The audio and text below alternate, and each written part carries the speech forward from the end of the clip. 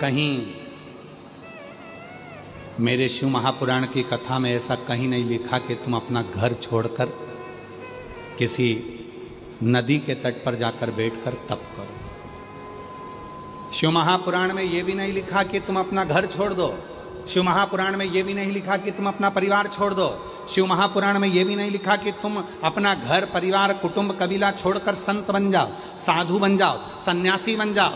शिव महापुराण में यह भी नहीं लिखा, क्योंकि भगवान शंकर सीख देते हैं, मैं सुख हो चाहे दुख हो अपनी पत्नी को नहीं छोड़ता, अपने बच्चों को नहीं छोड़ता, अपने परिवार को नहीं छोड़ता और अपने गांव को नहीं छोड़ता।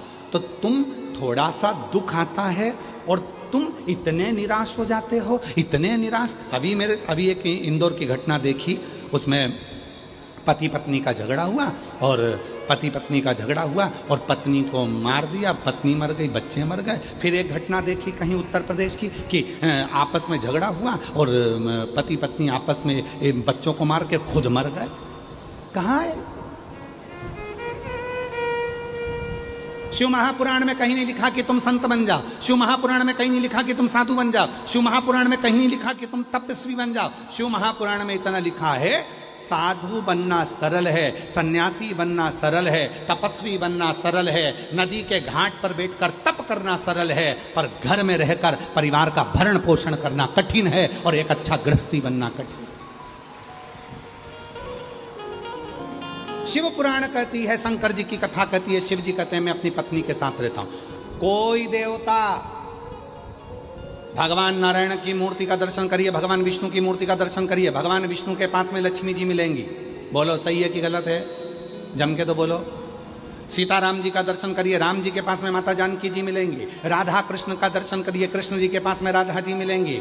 ब्रह्मा जी के पास ब्रह्माणी मिलेंगी। केवल 33 कोटि देवता में केवल एक देव अधिदेव महादेव से हैं जिनका शिवलिंग पृथ्वी पर होता है, जमीन पर होता है, और पार्वती जी का स्थान शिव जी के स्थान से ऊंचा होता है। उज्जैन महाकाल में जाकर दर्शन करो, शंकर जी नीचे, पार्वती जी ऊंची। सोमनाथ में दर्शन करो, सोमनाथ नीचे, पार्वती जी ऊंची। ओमकारेश्वर दर्शन करो, शंकर जी नीचे, पार्वती जी ऊंची। भीमा शंकर जाकर दर्शन करो, शिव जी नीचे, पार्वती जी ऊंची। केदारनाथ जाकर दर्शन करो, शिवलिंग नीचे, पार्वती जी ऊंची।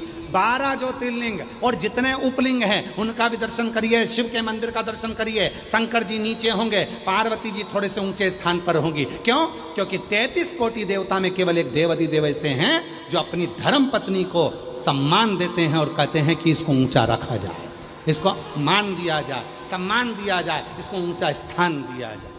केवल शिव समझाते हैं कि अपनी धर्म पत्नी को आप जितना मान दोगे, सम्मान दोगे, आदर दोगे, दुनिया उतना आपका आदर करेगी, उतना सम्मान करेगी। नहीं तो लोग कह देंगे ये अपनी लुगाई का सम्मान नहीं करे, पत्नी का सम्मान नहीं करे, भाई का सम्मान नहीं करे, बहन का सम्मान नहीं करे, कुटुंब का सम्मान नहीं करे, रिश्तों का सम्मान नहीं करे, तो कौन करे तुम्हारा? आदर दो, सम्मान करो।